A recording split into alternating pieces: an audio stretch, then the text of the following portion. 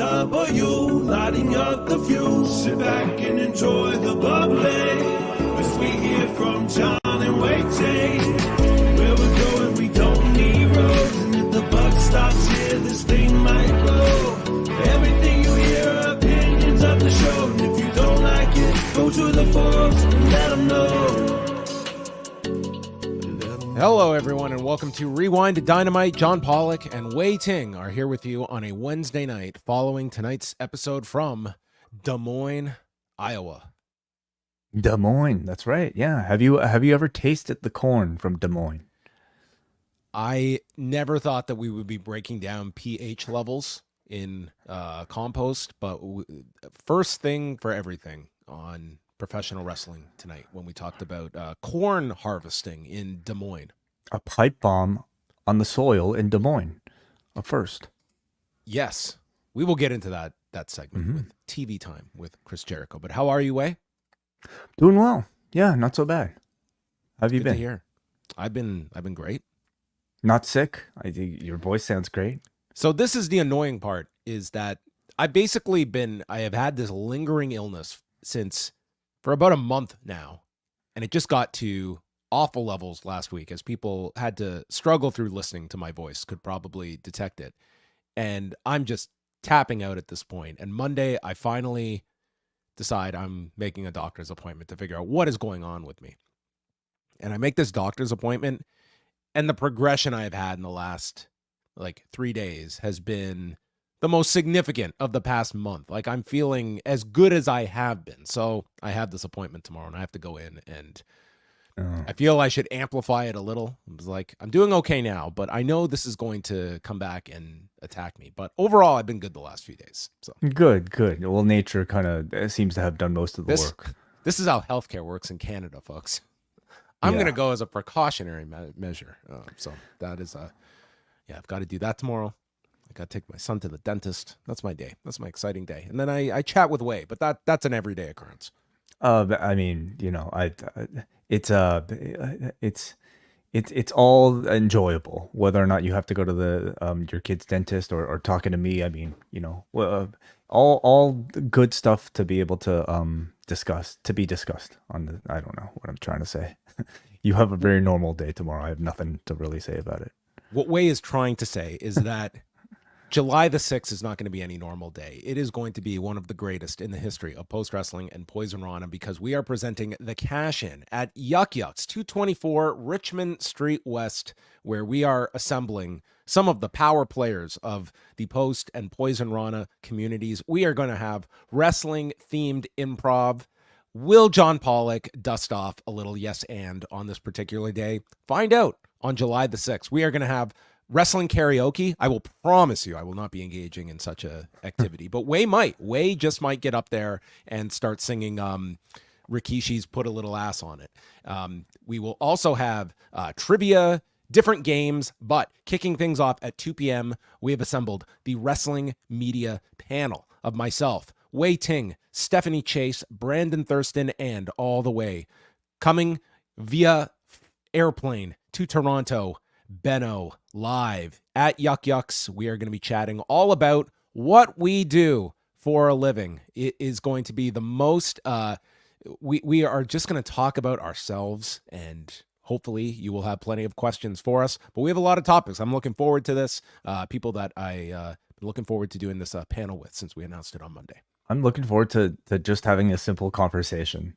I don't know if this is necessarily meant to be any sort of definitive state of the wrestling media address. We just needed a title. This is going down in history. What is said in these 60 minutes will forever be put down in permanent ink. We will define where media is going, not just wrestling media, all of media. We're going to figure out the NBA rights, the future of streaming. Everything will be finished and concluded after this hour. The definitive conversation on all of media will take place at the cash-in. I've had some queries about whether or not this will be streamed. No plans to stream this as yet. Whether or not we'll record it for the future, I maybe we'll consider that. But it will certainly. We don't have the capabilities to stream it live. I guess we all do. We could just put up a phone and stream it, but we don't necessarily plan to. So, Right you guys now, can it's a make it. live event only. So the only way, and I don't foresee us streaming this. So this will be a live event. So your best bet, if you're in Toronto, to buy a ticket at postwrestling.com/live. And then after the panel, we'll be doing all the other stuff. We'll be hanging out. So I hope to chat with all of you if you are coming up or stopping by Yuck Yuck. So 224 Richmond Street West, and might have some other people dropping by as well. So keep your ears glued to our shows over the next few weeks. Find out who is coming. Who have we coaxed into showing up at Yuck Yucks? I mean, Wai Ting is going to be there. That alone, it's a big deal. I'll think about it. Not so sure yet. Might be busy that day. Might have a dentist appointment.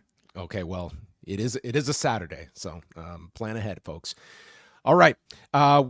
Also, want to make note of Ask Away, the mailbag show coming up on Thursday. This is your last call to get your questions in. We already have a bunch of great ones this month as I have been sampling and reading over some of the questions. But you can send them at forum.postwrestling.com. There is an Ask Away ongoing thread in there. Just submit your question. We will definitely get to it on Thursday's show, provided you submit it in time. Or if you want us to hear your question, you can simply go to memo.fm/postwrestling. All you have to do is hit record, send in your question. Don't make it a 15-minute book on I tape. actually don't think you can. I think you might be cut off at like 2 minutes or something. Okay, well, there you go. It caps at 2 minutes. So I think you can get your question in 2 minutes, and we will play it and answer it live right on the show. So that will be out for all Post Wrestling Cafe members on Friday, coming your way. But we also have MCU Later tackling X-Men, The Last Stand. You did watch it, and you I actually did watch enjoyed it. This is like You the one night sicko. stand of X-Men. No, movies, it isn't is not. No, it's not. It isn't. It is more like the December to Dismember of Oh man, of X-Men. I don't feel the need to be that guy that is going to over defend this film, but I watched it and I felt it was fine. Maybe I'm extra harsh on it, but the only How much opinion- is the handling of Cyclops a big issue with people in this film? Is that one of the issues, or like? Yeah, do you even? I would say it was probably an issue throughout the entire series. He is handled terribly in these three films altogether, but I have no attachment to this character, but I can understand, like, he is a non-factor in this film. So I can absolutely understand that being one key part, but that doesn't really have any effect on me. Honestly, my outrage for it probably comes more from my attachment to like the existing material, which I mean, this thing completely deviated from, but really our opinion does not matter. The only opinions that matter are that of WH Park and Rich Fan. What did they think? Maybe they liked it. Maybe they did not. Yeah, well, I actually, they're recording it right now. And you know what? If we just check in, let's see if we can hear WH Park. In the other room. Brap. Man, let me tell you about this fucking movie, okay? X-Men, The Last Stand. I don't want to swear anymore, but that's our preview of WH Park.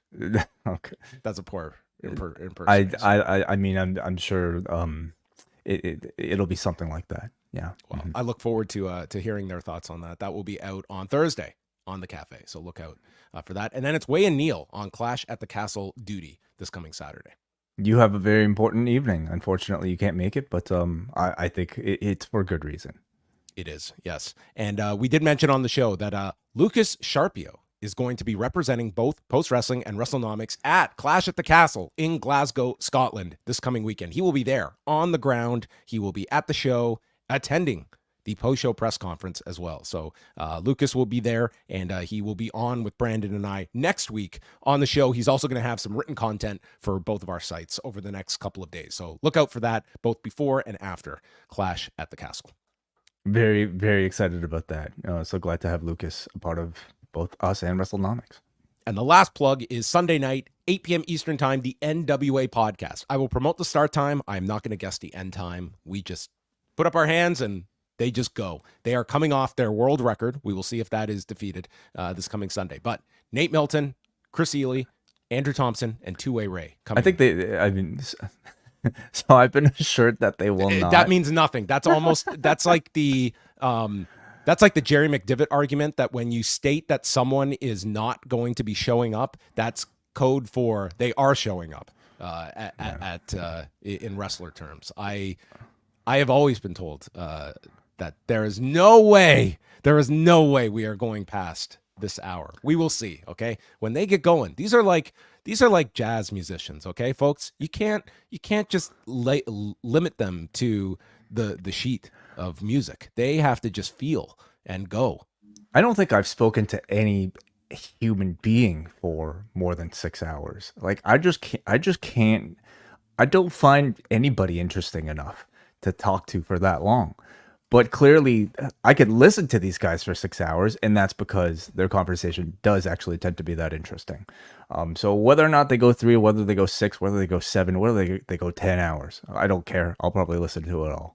The new standard will be when I wake up early on a Monday morning and it's still going. I feel one day that will happen. Maybe. Okay. So there you go. All of that happening at postwrestling.com. Hey, last thing here. Those of you looking for our Who Killed WCW review, you can actually find it right now. Stop listening to the show. I don't care. Go and sign up for the Post Wrestling Cafe so you can listen to our thoughts on Who Killed WCW episode 2, talking about the finger poke of doom, the end of Goldberg's streak, Bret Hart's career being ended by Goldberg himself. Lots and lots and lots to discuss. John, I went about 50 minutes talking about this episode. Yeah, there was a lot to get to in this. I would say, really, we're talking about a window of like 6 to 8 months that they're covering in 1998 through early 99. But there's so much that happens in this period. And guys, pack a lunch because I brought some stats with me on this show. So we go through some numbers as well. I know that's everyone's favorite. So yes, episode 2 up now for everybody with the double shot, which we will continue the next 2 weeks throughout the duration of Who Killed WCW.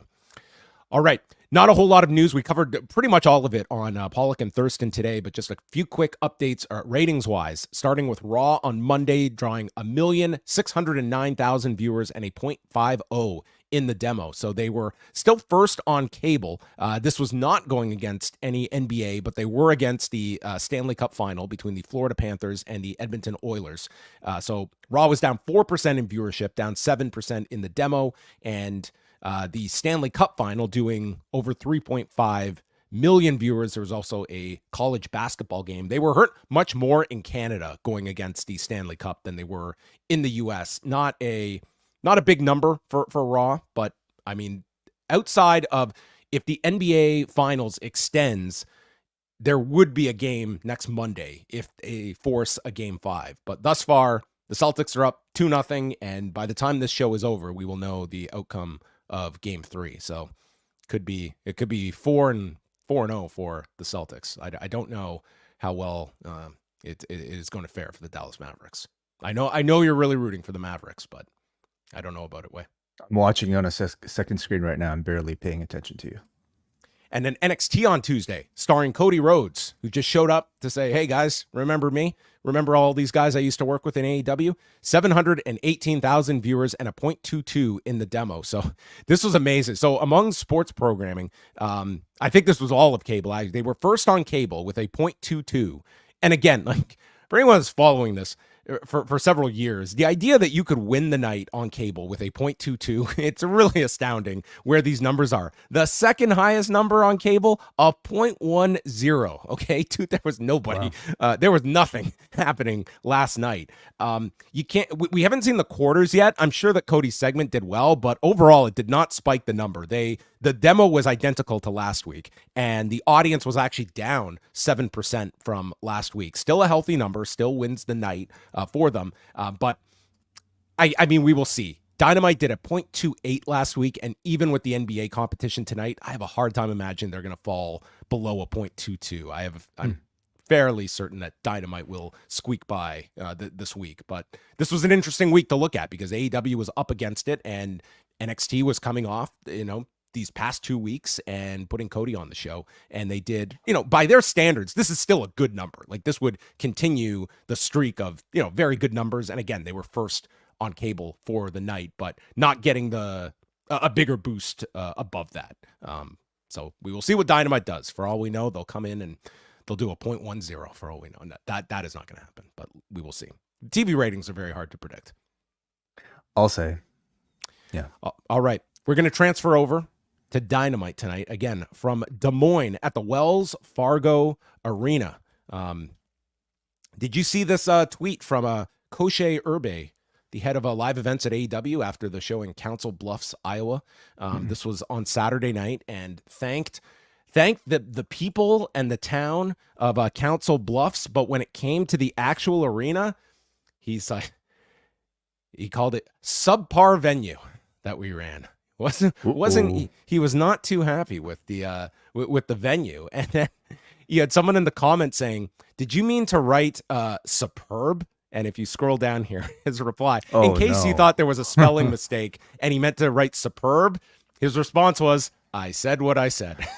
He was doubling down here. So there was no spell check error here. But again, we talked about this today on the show. But I mean, this is your head of live events, and I mean, this had to have been just a dump of an arena that they dealt with, or just personnel that was not great. I don't know, because you don't often see people in these positions just like dump on an arena. It must have been something pretty bad. I would just say in terms of it's worth saying subpar venue partner. He's not actually knocking the physical. He's not talking about the crowd. He's talking about the organization. No, I wasn't saying the crowd. I was saying like the amenities maybe at the building. But subpar venue partner would suggest the people they were working with. Yeah. This feels a little extreme, honestly, to me. To kind of go out of your way to tweet that you had a bad experience with the venue partner. We have no idea really what might have occurred. When do we see that? And never. Like, we follow UFC and WWE. It's like, if there were industries that would have like a track record of this, these are the industries. Like, what that did they do? What did they do to you to warrant a tweet like this? I don't know, but that's something for maybe you and Brandon to find out. Okay, we'll get to the bottom of it with Koshe Urbe. Well, tonight, the Wells Fargo Arena. We will await if there's any tweets tonight, whether this venue got a pass or a fail. WrestleTix reporting 2,854 tickets distributed. So, I mean, we had this discussion routinely, but nothing is spiking attendance at the moment for TVs. Swerve Strickland and Prince Nana start the show, and Swerve previews the match with Will Ospreay, noting there is only one killer in that ring, and he told Will Ospreay 10 years ago that once you developed a killer instinct, you would be impossible to stop. And I saw an assassin that got the job done against Kenny Omega last year, and then I saw an assassin tear it down with Takeshita, and an assassin at Dynasty with Danielson. But not so at Double or Nothing with Roderick Strong.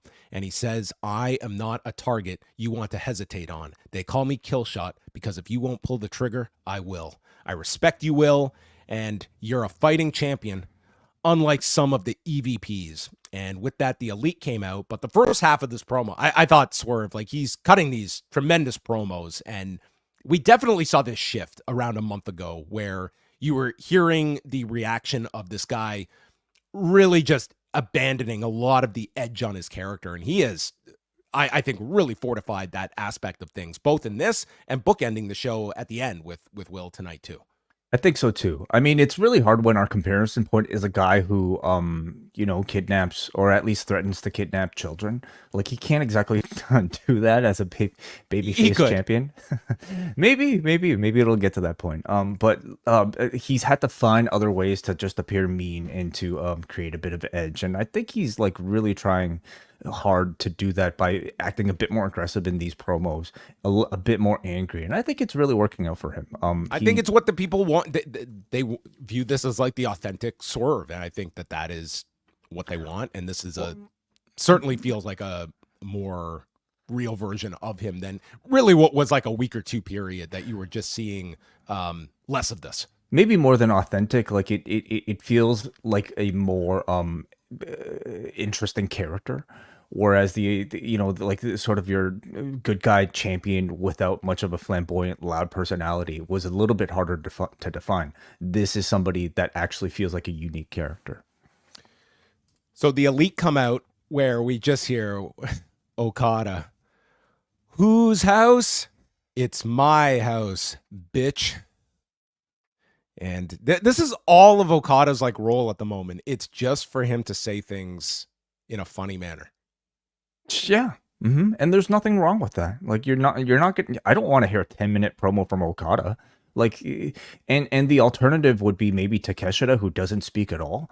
I think they've found a great way to kind of give him presence, give him a voice, let him make people laugh, using, you know, like one-liners and just like letting the wrestling do the rest. Well, Nick takes over and he talks about how they have taken out half of the roster, including Omega, Kingston, and they destroyed Team AEW at Double or Nothing, and said that all the trolls and the bots, they still doubt us. And the guys in the back don't think we're violent enough. So we are challenging AEW's best to the most violent match, blood and guts. And Matt then pitches to Swerve Strickland, stating, you're a champion just like us. And do you want to stand with champions like us and be our fifth man in blood and guts? And to seal the deal, they offer him one of their limited, very limited edition Reebok pumps. And what do you mean very limited? Have these sold out? They said they're sold out. Yeah. Oh, wow. So these are like collector's items now. Did you get yours? I ordered them and they would not cross the border. Didn't have your size, I bet. No, I don't wear size 9s either. Neither does Swerve. He also points out Matt Jackson, who's wearing a pearl necklace, by the way. And Nana then notes how, well, Swerve says he's a philanthropist. And with that, Nana tosses the shoes into the crowd. And Matt says that the injury bug has just landed on you, Swerve. But before they can attack, the Acclaimed come out, and Daddy Ass is not going to let anything happen to Swerve Strickland. And they run out, clear the ring, and Christopher Daniels says, hey, unlike Adam Pearce, I've got a full show booked here. We don't have any wiggle room, so you guys got to get out of this ring because Jack Perry's got a match right now. Mm-hmm. Basically said, like, we don't have time for this on the show. There's too much stuff booked. Yeah. I've been pretty neutral in the whole Chris Daniels, you know, interim GM, whatever his title is, the thing that's been going on. Like, it seems to be maybe a role that's convenient for them to like carry certain storylines across. Like that, I'm okay with, as long as it's not abused and used as a crutch. Like I think these types of roles have been all these years on WWE TV. I thought tonight, like, he didn't really serve much of a purpose for this segment. I mean, did we really need a Daniels appearance for him to just come out and say, you guys are going on for too long, get out of the ring, so we get off my lawn so I can get on with the show? Like, I didn't think that was necessary. And I kind of just felt like any sort of interruption like that made this entire thing feel that much faker and not something I could really suspend my disbelief in. Yeah, I haven't been enjoying Daniels in this role. He feels it's like he just feels like he's like the middle management underling. That's what he feels like. He doesn't really command the authority that even an Adam Pearce or a Nick Aldis do. He feels like he is like this henchman, and that's like auditioning for the job. I don't think he's being written well, and I don't really think the promo he cut tonight was very well. From a guy that's a great promo. Like, these are not like... Well, here's the thing. Like, it might have been an okay wrestling promo, but he should not be cutting pro wrestling like promos. Like, he still seems to be very much... He can talk like naturally. He just feels so, I don't know, erratic. I think a role like this requires somebody to speak with authority, but like tonight he almost cut a pro wrestling promo, complete with like, you know, he was like turned to the side, almost like, you know, like he used to do as like a fallen angel. And he delivered like a wrestling promo when you're really just supposed to be delivering the news. Maybe Koshe Urbe should be in this role. He if you're a heel promo is what you're looking for, he should be the spokesman for the Elite. Sure. Yeah. Hello, subpar Council Bluffs. I said what I said. Just call me legend. The match is the TNT qualifier with Jack Perry against Dustin Rhodes. Winner advances to the ladder match. And we got Jack Perry taking the Taiji Shimori role here, where he takes off the turnbuckle pad early in the match, and then you're supposed to forget about it, and it will play into things later. Well, Perry first sends Rhodes into the post and then the steps, and somewhere along the way, Dustin Rhodes needed a blood transfusion because he's bloody within a minute of this match. And then Perry exposes the floor, but it's Perry taking the back body drop onto the cement. And in the middle of this, Jack Perry starts going for something in his boot. And it's an uncomfortable amount of time that he is digging for something in his boot. The announcers are like, he's trying to get something. And then he stops. And then he gets back into the ring, and again he's going for this in his boot. And did anything come out of this? There was no loaded boot. There was no gimmick like where he gave a kick and the boot was loaded. He never brought a weapon out. I don't know what was going on here. It never paid off. And I have to assume that he was something like really lodged in there that he couldn't get out. No, I'm assuming he just abandoned the spot. Yeah, because maybe whatever he was supposed to get out, he couldn't. But it happened too prominently on camera 2 times for it to not have supposed to have been something. I didn't know what was going on here. There was also, I mean, we want to talk about like taking liberties with your referees. The amount of times that Aubrey had to turn her back here. I mean, she pretty much auditioned for the G1 here.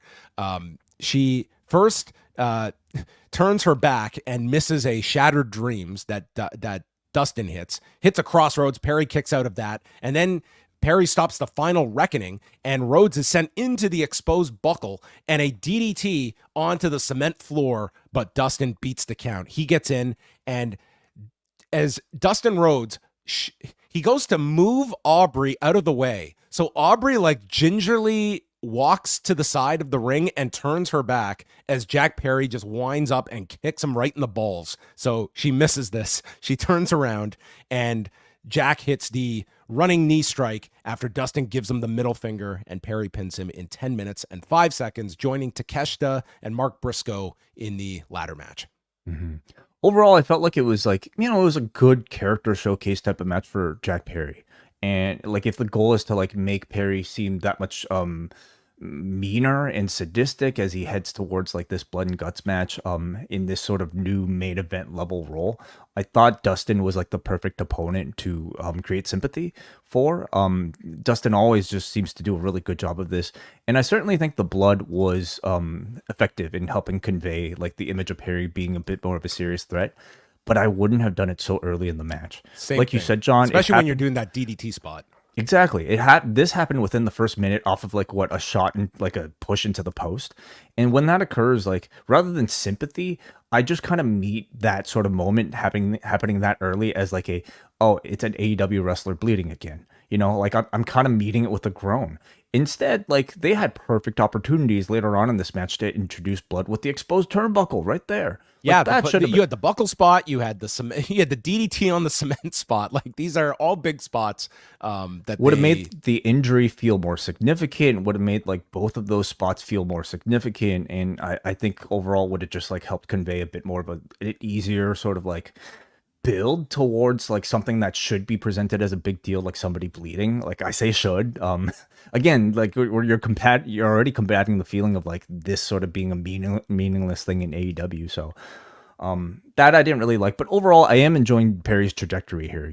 Like I love that he's teasing the V trigger as a way to just already align him with Kenny Omega in the future, and I am enjoying the character and I'm enjoying the promos. Yeah, it wasn't a bad match. I just think they could have maximized the drama in this by doing just even the same layout, but just saving the blood for later because it was a really like well thought out match. The V trigger spot was really well done with the cutoff with the snap power slam, and a Dustin Rhodes match, like he conveys sympathy very effectively and was a good role for Jack Perry to go over in.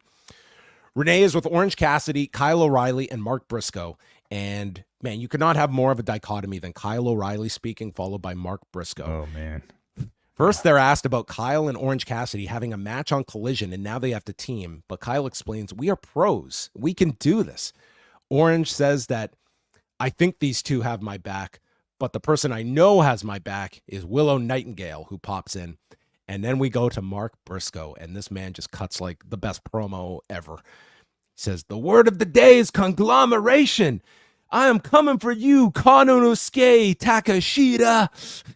This guy was just amazing. He should be talking every single week on Dynamite, on Collision, on Rampage. It was awesome. Like like everyone was cracking here. Kyle O'Reilly's reactions were hilarious behind him.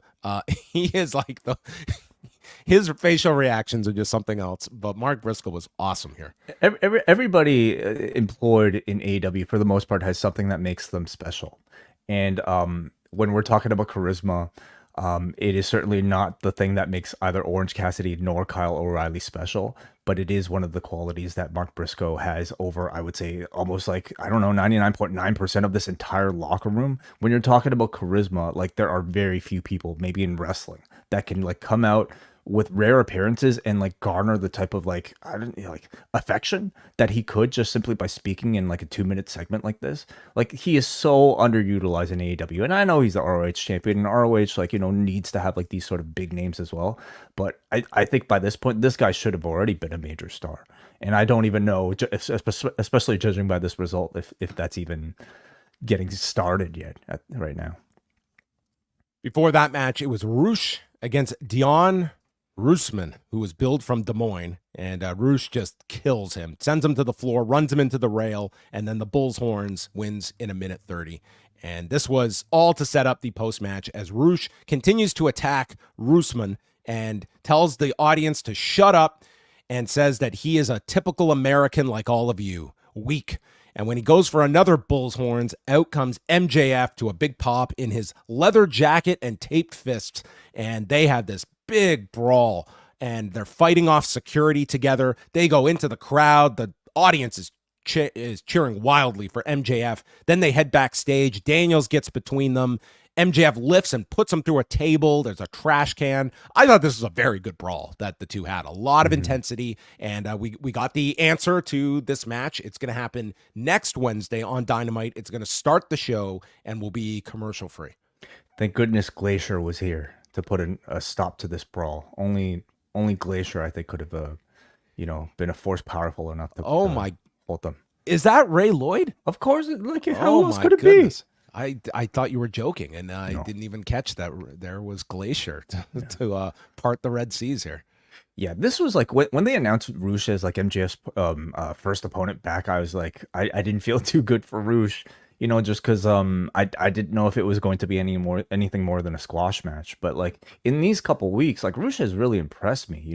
They've turned this into what feels like a pretty substantial match next week. And this doesn't just feel like a throwaway, what will likely be a loss for Roosh. But we can't say for sure. We really can't. But Roosh, I think, has done really well, both like in his intensity, in these sort of like brawls, as well as in his promo, in the little time that he's gotten to speak. So I definitely think like I look at him slightly differently given his performance in this spotlight. Yeah, and you would think that this should catapult MJF into whatever he's doing on the Forbidden Door show in Long Island. Like, given like how much time they gave to this brawl, that was my thought, was maybe this is going to be the Forbidden Door match, but that will be next week in Virginia. Excalibur announces the match for next week, and then we go to Cassidy, Kyle O'Reilly, and Mark Briscoe against Roderick Strong, Konosuke Takeshita, and Kyle Fletcher, with Don Callis on commentary, Trent Beretta in the corner, and we get dives to the floor from Briscoe, Fletcher, and then a springboard swanton by Orange Cassidy. And he walks right up to Trent, gets in his face, and Trent is backing off as Takeshita comes from behind and drills Cassidy. So they get the advantage on him. And we go to picture-in-picture, and Taz had some doozies tonight during the breaks, where Don Callis stated that Konosuke Takeshita is the best athlete in AEW. And Taz responds, I don't know about that. I could think of about 3 guys that are probably better athletes than him in AEW. And then they decide maybe we could get together, Takeshita and these athletes, and they could all do a series of sporting competitions together to determine who is the best athlete in AEW. And Taz thought this would be a cool idea. So what did they call those? What do you call those in NXT or just in sports? Oh, a combine? Combine, yeah. Or an AEW combine? The decathlon, maybe, that we can put them through. Well, Daddy Ass, Takeshita, and your other athletes. Well, what are the sports, or what are the tests? I would want a range. Archery should be one of them. Would that be considered a sport? Is it a part of decathlon? This is John Pollock's decathlon, and it is, yes. Gotcha. Archery. How about an academic decathlon, like in Billy Madison? Okay, that would be. I want to see the debate. That would be. Yes, I agree. Yeah. So they come back. This is what you miss if you don't get the picture-in-picture. Kyle gets the tag. He hits a double dragon screw to Fletcher and to Takeshita at the same time. The crowd was red hot for Briscoe when he comes in, and hits a senton off the edge to Fletcher. And then there's a leaping DDT off the top by Cassidy onto Fletcher. Takeshita stops a J Driller, hitting a Blue Thunder Bomb. Cassidy hits the satellite DDT to Takeshita, followed by the Stun Dog on Fletcher.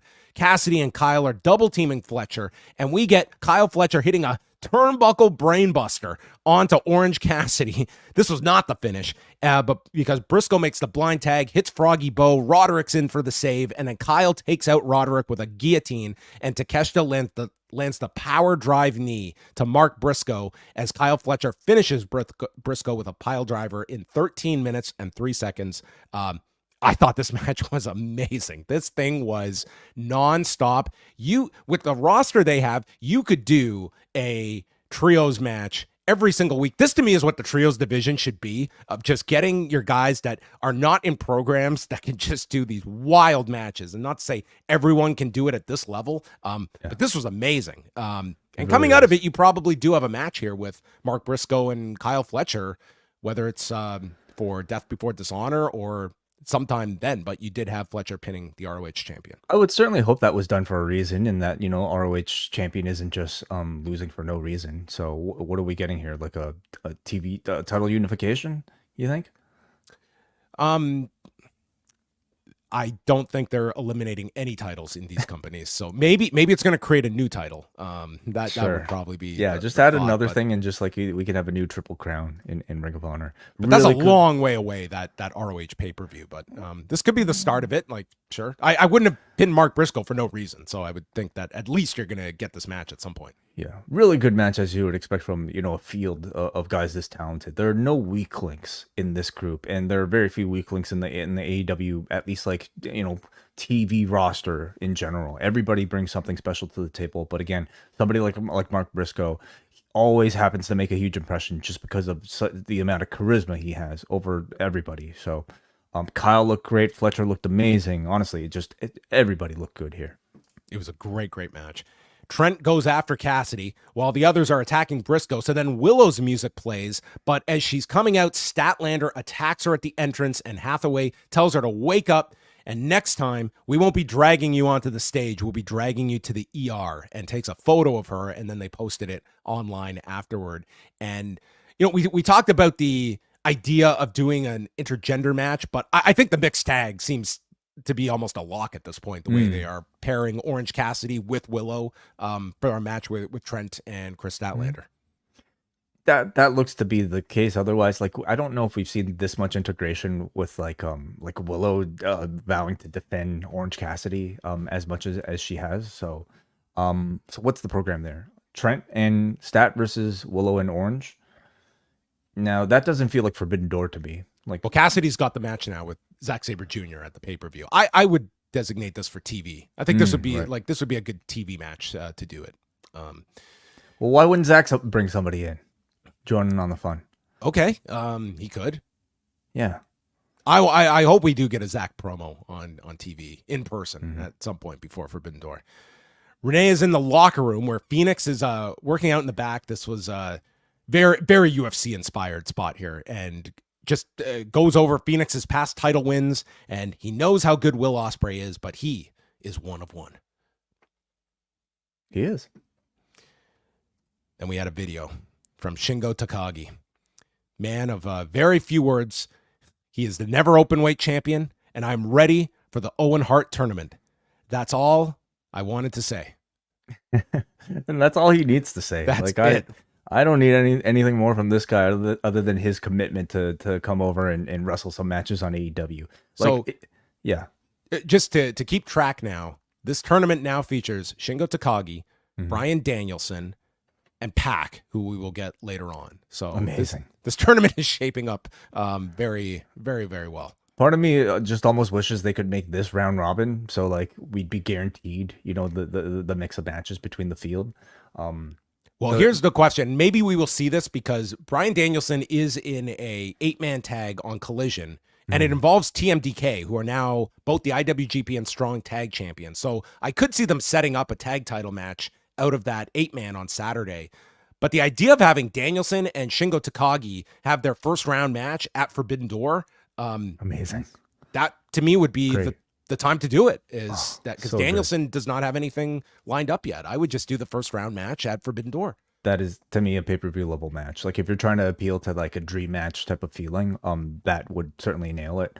But you know, Shingo being involved in this Owen tournament like gives me hope that the G1 may have an AEW contribution of a similar star level power. You know, I mean, yes, one is, you know, a month long versus like a set of dates for Shingo, but still, you can hope, can't you? Well, we'll find out this Sunday. Then Christopher Daniels announces a pair of eliminator matches for next week. Both the Young Bucks and Kazuchika Okada will have separate matches, eliminators, and that the Bucks, they will also not have any interference or seconds allowed at ringside, which is par for the course for Okada with the Continental Championship. All the other matches, you know, whatever, like your seconds can interrupt, like it doesn't matter. But this one, especially, Tony Khan demands it. Yes, you have the power to eliminate interference based on Christopher Daniels' rulings. Hook and Samoa Joe against Tony Nese and Arya Daivari. So the new gimmick is that Katsuyori Shibata is the highest paid camera operator in AEW who just films these guys. And this is how they have gotten away with the invisible camera. And they have just made Shibata the cameraman. He is their Brandon Cutler. It is very amusing seeing Katsuyori Shibata hold a camera. Like when they showed him, I thought they would have him with like a phone or something. No, he's got the big camera. Oh yeah. It was something else. Well, I thought for sure like they were just calling him like the actual camera. They have a professional cameraman doing it, but then they just say, "Oh, they just called him Shibata." Turns out it was actually Shibata filming all of this. So Shibata's filming them, and Joe is trying to find out from Hook why Taz likes the color orange so much. He's like, "It's because of Syracuse, right? Who are the Orangemen?" And I couldn't even make out Hook's response here. It was very muffled. Couldn't hear it. Well, I think Hook said Taz hates Syracuse. Oh, he hates Syracuse. Okay. I knew it was probably something along those lines.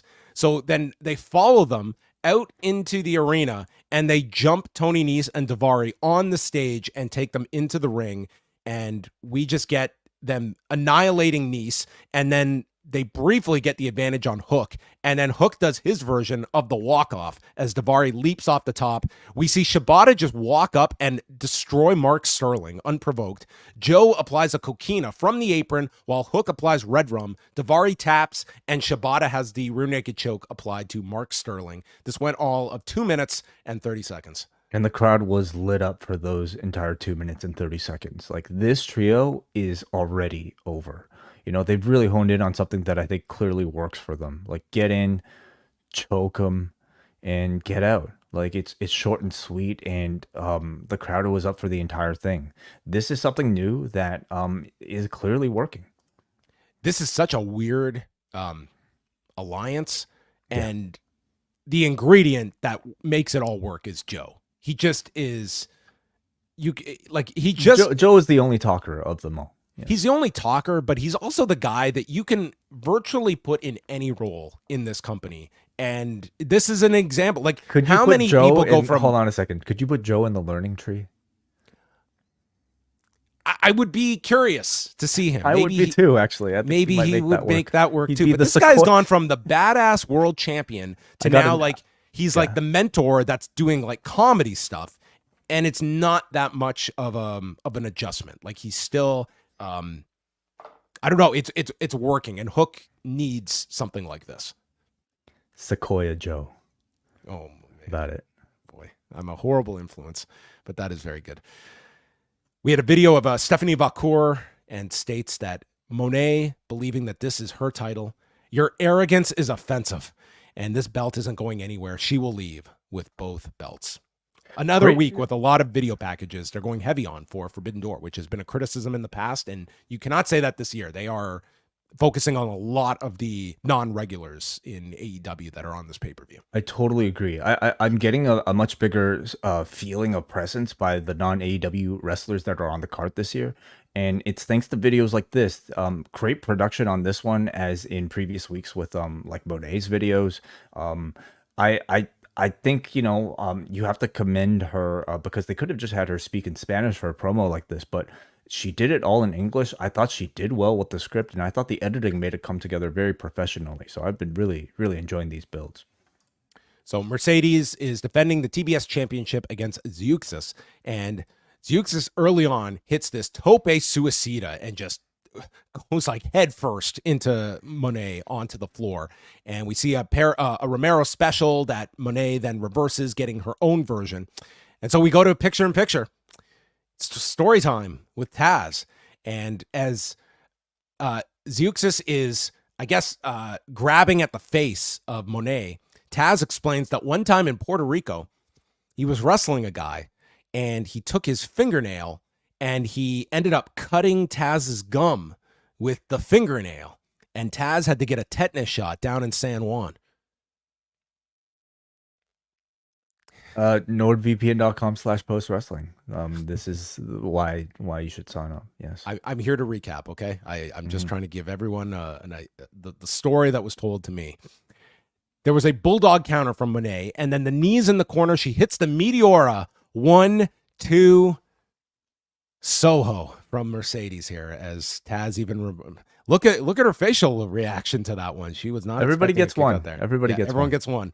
She goes for the three amigos. Zeuxis stops the last one and does a double underhook into a lung blower. And then Moné flips over Zeuxis and lands on her feet, hitting the moneymaker to win in 10 minutes and 9 seconds. There was one spot in here where Zeuxis went for this running knee strike, and they so mistimed this, where Moné went to like eat it, and she pulled up on the knee.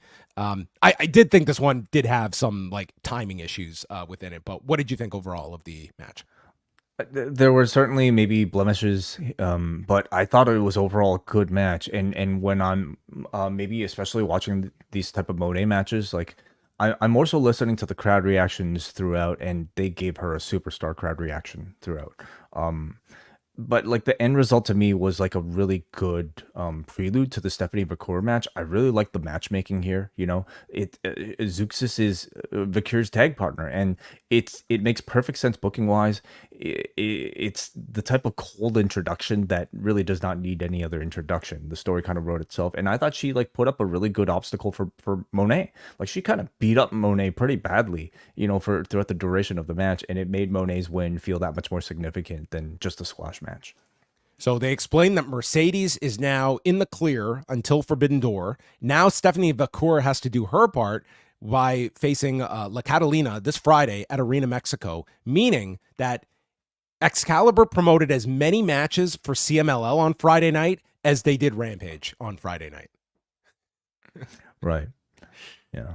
Well, which show is more important to the overall story of Forbidden Door, I guess?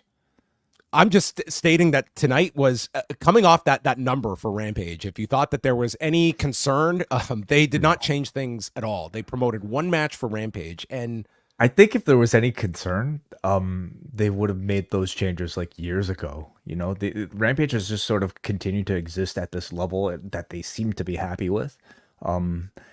I mean, I don't exactly know how much money they're getting for it, but like maybe they feel like it's a. I mean, you are in the midst of a renewal, and you're just coming. Yeah. Like the thing is, they promote the one match. It's like you're about to tape all these matches, like momentarily, like you know what this hour consists of, but are they attractive matches? Well, then that's the problem. Like, I mean, it's I don't know. It's obviously it's not a priority, but I think it should be. I'm not saying you blow the doors down for Rampage, but I think a little more than it's Alex Windsor and Tony Storm. That's your hook for Friday. No, I don't disagree. But it's hard for me to kind of like understand what the purpose and like sort of the philosophy is of Rampage even existing, other than like, you know, collecting a certain amount of money. But clearly they don't want to like put their best matches on the thing that they're probably not making the most money off of. Next video was Mina Shirakawa, and Mariah May voices this video and goes over the titles that she won at Stardom, and that Mina Shirakawa, she's always been sexy. And then they talk about their time in Club Venus, and now Mina Shirakawa has come to America to take over. Yeah, this came online pretty like earlier this week. I thought it was great. Like Mina Shirakawa is unbelievably charismatic. I'm sure in Japanese, but like in English, she translates like excellently. The editing in this one I thought was fantastic as well. This is the type of video that I think we've been needing for any of like throughout the entirety of her appearances on AEW. And I can understand like wanting to delay this until you're getting closer to Forbidden Door, but man, some of those earlier appearances where she just kind of showed up and like started making out with with Mariah May could have really used a bit more visual background like this. It's all to say, like, obviously they're handicapped with like how often she could come over to in order to tell those crossover stories. But I'm just glad we got it now because I think it allows you to enjoy the rest of the story that much more, knowing exactly what their relationship was. And then they cut to Renee with Toni Storm, Mariah May, and Luther. And May thanks Tony for putting her into the Owen Hart tournament. She is excited Mina Shirakawa is returning next week. And Mina Shirakawa wants to do what every Japanese wrestler coming to America wants to do, a contract signing. And they will have one with Mariah May hosting it next week. And then Tony is off for her wax after they promote that she will face Alex Windsor on Friday night on Rampage, which as we went off the air, we assume is taking up the entire 60 minutes of the show on Friday. Oh, could be an hour and 1 minute match. Yeah. It's a timeless match. Very good. Yeah, I thought Tony was great here. Mariah May was great here. Like this feels like it's a story that's really kicking off now, and I think it's making me enjoy all of these performances that much more. So it already to me feels like a pretty hot match heading into Forbidden Door. And then it was time for TV time. Big Bill is in the ring and explains that it's never too late to start learning and never too early to start winning. And he introduces the Socrates of pro wrestling, the guru of giving back, and the Michael Jordan of Michael Jordans, Chris Jericho. I don't know what that means. Yeah. I mean, there are several Michael Jordans. So I guess of Michael B. Jordan and Michael Jordan, Chris Jericho is the Michael Jordan. Okay, I'll give you that one. That's true. But they're both pretty great. I guess that's what he means. Yeah. Jericho once again promotes that 15 minutes ago he released this new shirt, which is now one of the most fastest selling shirts in AEW history, and does who wants the shirt, and casually just puts it right down and doesn't give it to anyone, and then shouts out Des Moines and says he was eating corn earlier today. I was like, okay, where are we going with this? And he explains, he gives advice on how to farm corn using the specific pH level, and that your pH level, it doesn't work for me, brother. So, and these are words that actually came out of a pro wrestler's mouth on a pro wrestling program in 2024. Next time, please fortify your soil with more compost if you want to make good corn. And Brian Keith comes in. If you want to grow good lame-ass corn, you better respect Chris Jericho. I enjoyed this, okay? I thought this was very entertaining, okay? Between that line about the pH levels and Brian Keith coming back. And then Jericho introduces the little youngsters that could use some advice. Private Party. So Party comes out and they're doing their whole shots. And Jericho says, well, you better need a designated driver if you're going to do some shots. And you guys have been doing some great things, but you haven't been winning matches because your basics aren't up to snuff. I was trained by Stu Hart, or at least some of his sons, who I went to their training camp for. And you guys don't even climb the top rope properly. So Cassidy says, can you please show us? As they call Jericho the Caitlin Clark of AEW. And Jericho goes to demonstrate how to climb a turnbuckle just like Owen Hart did. And he climbs up, and then Cassidy wants to show them something and knocks Jericho off the buckle. They hit dives onto Bill and Brian Keith, and then a swanton and shooting star press by Private Party onto Chris Jericho. These segments are so weird. This thing is, I don't know what to make of it. There are some that I think have just been dreadful. This was not one of them, though. I found this to be pretty entertaining, and there will be some time that there will be some audiences that I think really do get into this weird delivery that Jericho has of it. But the material has been hit and miss along the way. But I did find this to be a pretty entertaining segment. Yeah, that's a very different reaction from what you gave the Jericho segments last week. I hated last week's. I've been up and down on these segments. Like some have I found them intriguing. I don't know if this is really it's a separate question if you can argue of like where Jericho is in terms of like, is this a main event level character for a guy that is making it's meant to be, or at least not yet. Well, that's the issue, is that is this worth the amount of investment in a Chris Jericho? That's not really fair though to ask, right? Like was Sting a main event level act? You know, like, and I don't exactly know how much he was making compared to like what a Chris Jericho was making, but I think that Sting was still somebody that was very well protected. It remains to be seen where this character is in terms of its value. But all I'm saying, like, this is a very significant investment you have in this guy. And I think they're trying their best to realize that investment by coming up with something that the audience is reacting to. And good or bad, the audience is reacting to this. You know, these are memorable segments. This is now becoming like a unique, memorable character that I think leaves as some lasting impression. And I think it's risky, and I think it's meant to be divisive. Now, the question is like, is he about to accomplish the turnaround? You know, where we hate it all so much, we hate it, and then we hate it so much we somehow start to like it because he continues to commit to it so much.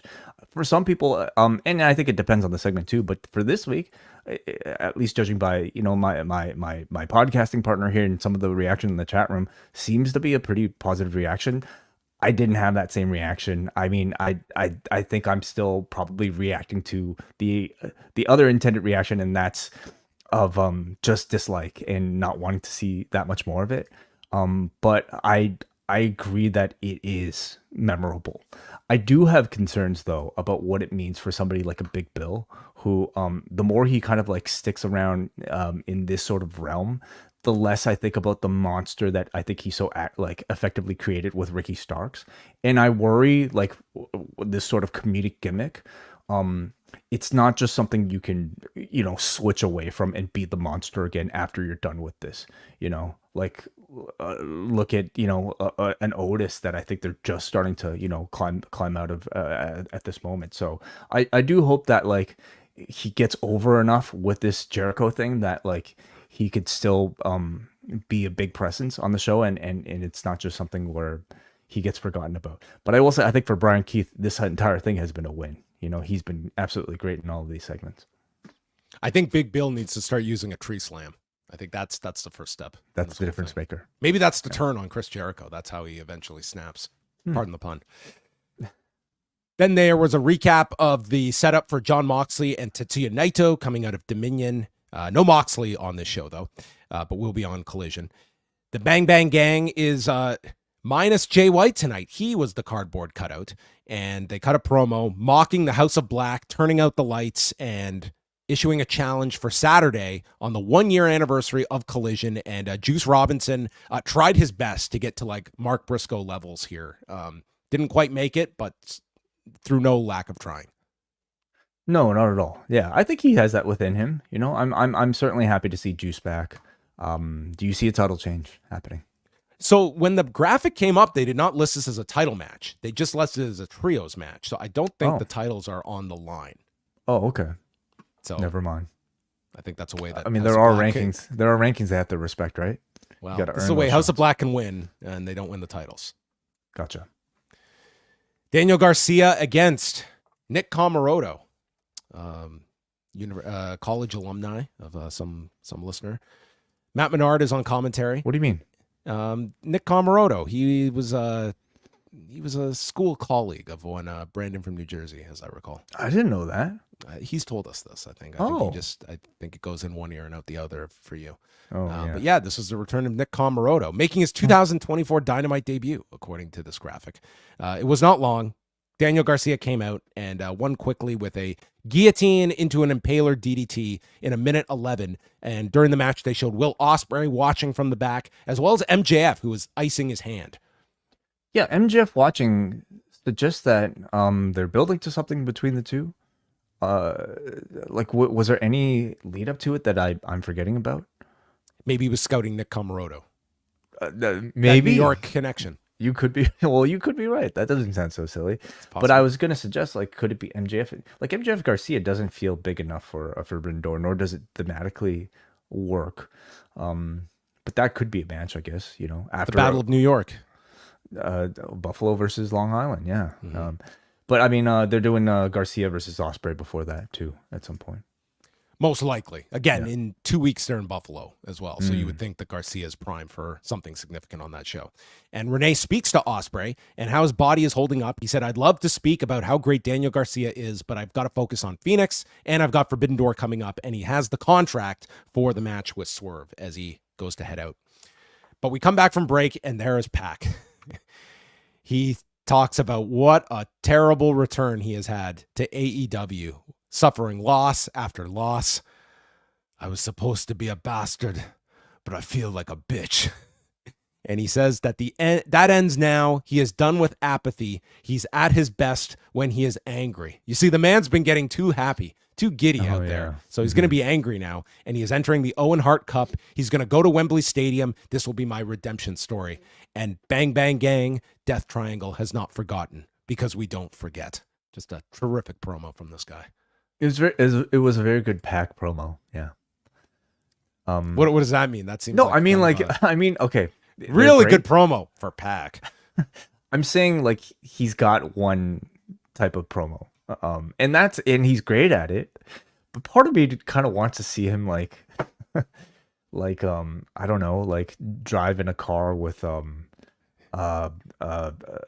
Orange Cassidy and see what that results in. I'm not sure. I'm not sure what I mean. Like, I love Pac. I think in ring he's great. But I just think, like, there needs to be some depth to what we see every week. Like, it's this type of promo, and again, it's great. But I'm not really kind of latched on to anything regarding Pac story wise. So here's our lineup. We've got Tony Storm and Alex Windsor on Rampage. Collision, the 1-year anniversary show, features Christian Cage's Father's Day special, the BCC, all 4 of them, against Shane Haste, Mikey Nichols, Leo Rush, and Rocky Romero. So you're going to have Leo Rush in there with Bryan Danielson. You're going to have my favorite combination in wrestling right now, Leo Rush and Claudio Castagnoli. And you have Leo Rush and Jon Moxley and Yuta. That sounds great. And then the Bang Bang Gang against the House of Black. Dynamite next week has MJF against Roosh, Young Bucks against the Acclaimed, and they never announced the opponent for Kazuchika Okada, but he has an eliminator as well. And we've got the contract signing with Tony Storm and Mina Shirakawa. And they announce July 24th will be Blood and Guts at the Bridgestone Arena, a superb venue in Nashville, Tennessee. Nashville, all right. So they're setting this one up well in advance. Yeah, as they should. Does it interest you that, like, it seems like would you assume the Acclaimed would be on the team with Swerve or no? Or was that just a setup for the tag match? I feel this is probably setting up the Acclaimed to get a tag title shot. Okay. Before then. And you wouldn't put them on Team AEW. Like, who would you put on Team AEW with Swerve? I would want some of my main eventers. I mean, you are coming off Anarchy in the Arena. I don't know if you want to do a straight replication. Well, you don't have FTR now. You don't have FTR, that's right. And I think you'll have Swerve leading the AEW contingent. Like, he did the promo already about Anarchy in the Arena, that next time call me. So I think you'll have Swerve, and I mean, it's possible you could have a Danielson or a Moxley in there, but it's possible you could have Swerve, and you have like the mutual respect with Will Ospreay coming out of Forbidden Door. Like, Ospreay could be in this. I kind of feel like you need Darby if Darby's healthy. I mean, they hung the dude up and like treated him, like beat him up pretty bad. I think Darby kind of needs his redemption. Well, it's 6 weeks away, so they have plenty of time for Darby to rehabilitate himself in that time. Yeah, recover from another bus crash in that time. And the final match is Will Ospreay and Rey Fenix. They go over their history. Will Ospreay is 3-0 in their past singles matches, but this is their first one-on-one match since 2019. And Ospreay hands off the contract to Swerve, who is seated in the front row, and Tony Schiavone tells everybody, don't worry, we've got an overrun. And we start things off. It really picks up when Fenix goes for a Super Rana and Ospreay lands on his feet and the crowd goes nuts. And you've got Excalibur telling him, it brings me back to Battle of Los Angeles 2016 when they first met. And they trade big kicks.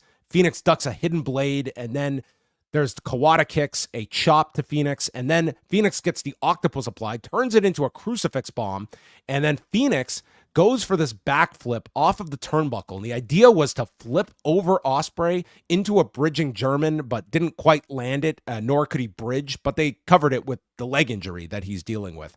So Ospreay gets up, a pair of attempts, lands the Os Cutter on the second try, and then he goes for a hidden blade, but it's caught with another Hurricane Rana from Fenix.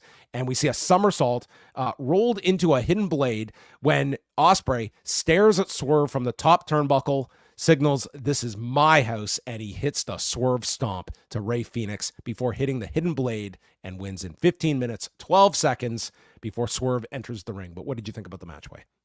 I thought it was a really, really excellent match, as I think you might have predicted. Maybe not to the level of potential match that these two could have on pay-per-view, but I think like relatively very appropriate, I should say, for a TV showcase. Both guys incredibly athletic and so precise, like two of the most proficient high flyers in the world, and I would say satisfied, like in that regard. It was a very good match. There was this certainly was not at the level of like if they were out there for 20 minutes on a pay-per-view, but I thought this was really strong, and you could see the increase in tempo by the midway point where they were building to a lot of their big stuff and getting the most out of it. But a very strong match from them. Swerve gets into the ring and says that I'm not playing with you. It's your career that you are playing with, and you're still an immature little child, and you're not strong enough to hold both belts. So with that, Ospreay yanks Swerve's title, and he ends up putting both belts onto his shoulders, telling Swerve, "This feels pretty comfortable holding both." And Swerve grabs his title back, and then into Will's ear says, and this was shot really well, you were right in their face, "You're lucky we're still friends, because anybody else who did this, I'd put them in the grave." It's a great line to end the show with. I thought this was really strong how they built up Swerve and Ospreay on this show. I agree. I thought Swerve especially was excellent here. Like, this was the type of what we were talking about earlier, mean movie villain type of Swerve that you want. Even as a babyface here, you just want the attitude and you want the edge in him, even if he's, supposed to, like, he is still a good guy. But he just has like that much more, he's just that much more interesting. Like this, I agree, felt like a scene straight out of a movie. Like this is the type of in-ring, acting type of segment that you'd expect at this point more out of the WWE than AEW. And that's not supposed to be like an insult. That's a compliment, because I really admire WWE's like level of production when they're able to achieve something like this. Like it looks simple, but it actually requires like a strong level of restraint and not having the commentators talk too much in the blocking, in the audio mix for all of this to come across. And I thought it all came across perfectly, including the shot of Ospreay with the 2 championship belts. All of it done really well. And as a closing segment to build to the main event of Forbidden Door, I think it successfully drew more doubt towards the outcome and made me more interested in the match. Yeah. I thought the 2 big matches on the show were this and the 6-man that they had earlier on. But my biggest takeaway from the show, and this is something that I personally have found that AEW really for the last year, and you can look at this with like the addition of Mike Mansouri and changes to the product, where we have gone from the AEW of its early years and then present, like you can see that change. And to me, this was an episode where it felt like it was much more in sync in terms of you were delivering like your in-ring match quality. We were heavy on videos, production pieces, a lot of the things that people have been complaining about, but it's very hard. It's almost like you go too much one way, you're going to upset the existing fan base. You go too much there and you have the complaints of, who are these people? What's this, like all of this. I felt this was a really well-balanced show. I would say by the end of it, was my interest in Forbidden Door enhanced? I would say yes. I think they've really drilled down on stories throughout most of the matches. You got a number of like future events that you're building, from Blood and Guts to the Owen Hart tournament. You've got everyone's eye, like as long as you have someone mentioning Wembley every week, I think that's going to pay dividends. That is the ultimate focus. That is their WrestleMania. That you have guys, that is what the whole Owen is directed toward. So I have to say, for like a pro wrestling show, I thought that they did a very good job with like a wide variety of stuff, like a good angle with Roosh and MJF to build that up for next week.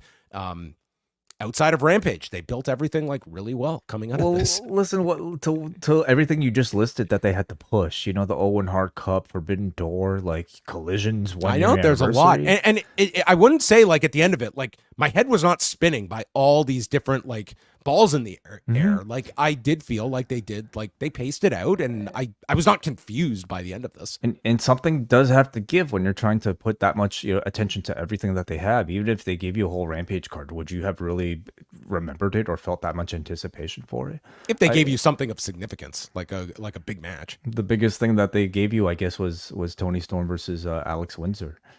So we'll see if there's anything more important than that on the show. But I agree that like I think a lot of the changes for AEW are positive. And like as far as like getting away from what AEW was, well, what exactly was AEW? Why do we all watch AEW? What made you attracted to this promotion?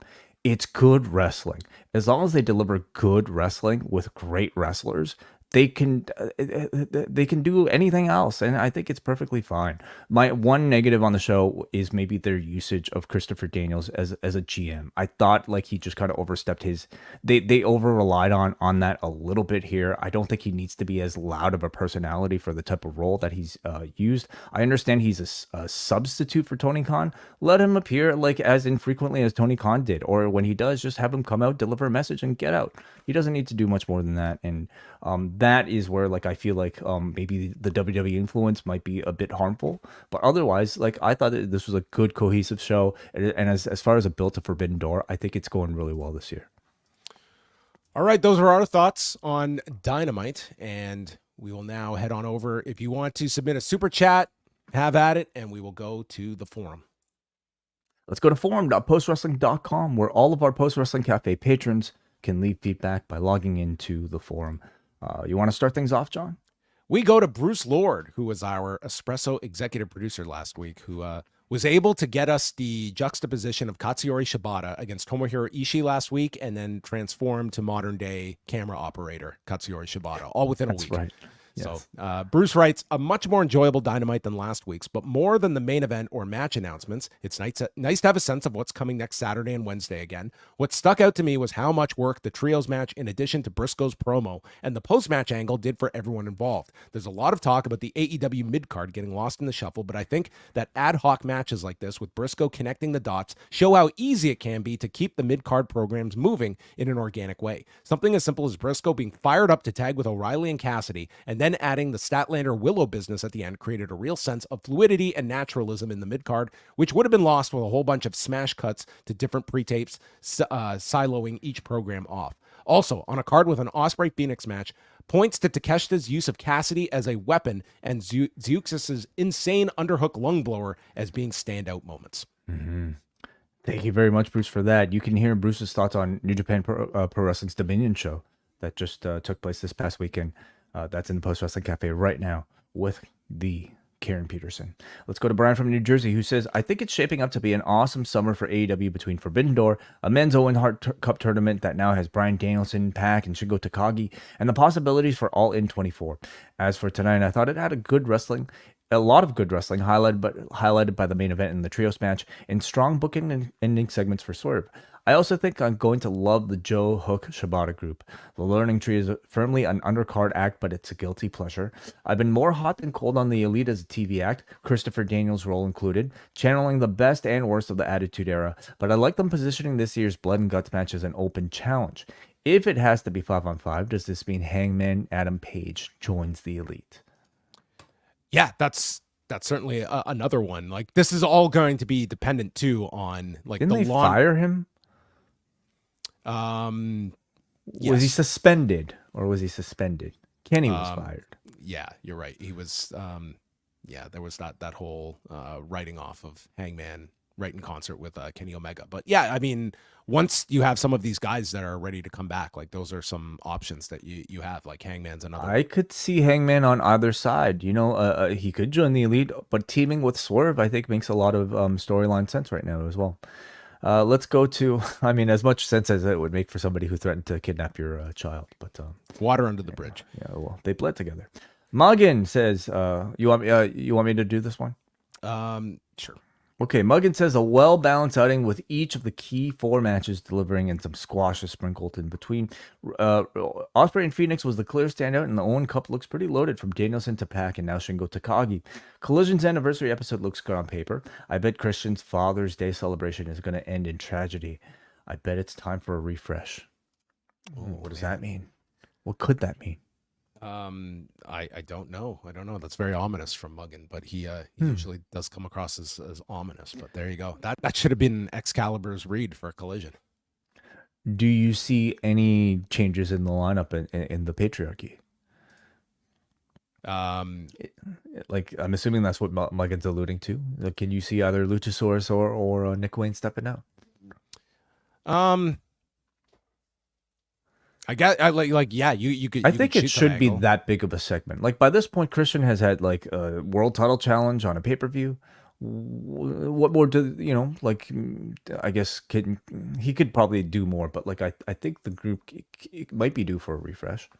Well, it certainly does not have to be as soon as this Saturday, and you have months until this is going to be something to address. But you do have to do the tag run, the Elite, like the reunion of Copeland and Christian. Like, you do have to get to that at some point. And when all of a sudden Adam Copeland like breaks his leg and is out for that many months, you realize that, you know, we are dealing with like a smaller window of like how long these guys are going to have that chance to do it. And, you know, you do want to get that run in before, you know, another injury potentially occurs, or you just don't have the option to be able to execute that, because that you can get a brief run out of that. And to do a Young Bucks Copeland cage match on pay-per-view, like you could get like a semi run out of that before at some point when you're ready to turn cage babyface.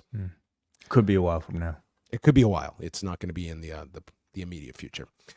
But coming up in the very near future is the Ask Away mailbag show. Again, you can head to forum.postwrestling.com, get your questions in by Thursday afternoon, or head on over to memo.fm/postwrestling. We will be taking all of your questions. That show comes out Friday. Again, MCU Later dropping Thursday. We'll have both Ask Away and Rewind to SmackDown on Friday, and then Clash at the Castle on Saturday, Collision Course Saturday night, and the NWA podcast Sunday night, rounding out the week at postwrestling.com. And of course, one more time, the Cash In going down on Saturday, July the 6th. Pick up your tickets at postwrestling.com/live. We will see all of you there, 2 p.m. Eastern time, including the State of the Wrestling Media panel and all the other events that we have going down hours before Money in the Bank. So that is it for us. And thank you for tuning in for another edition of Rewind to Dynamite.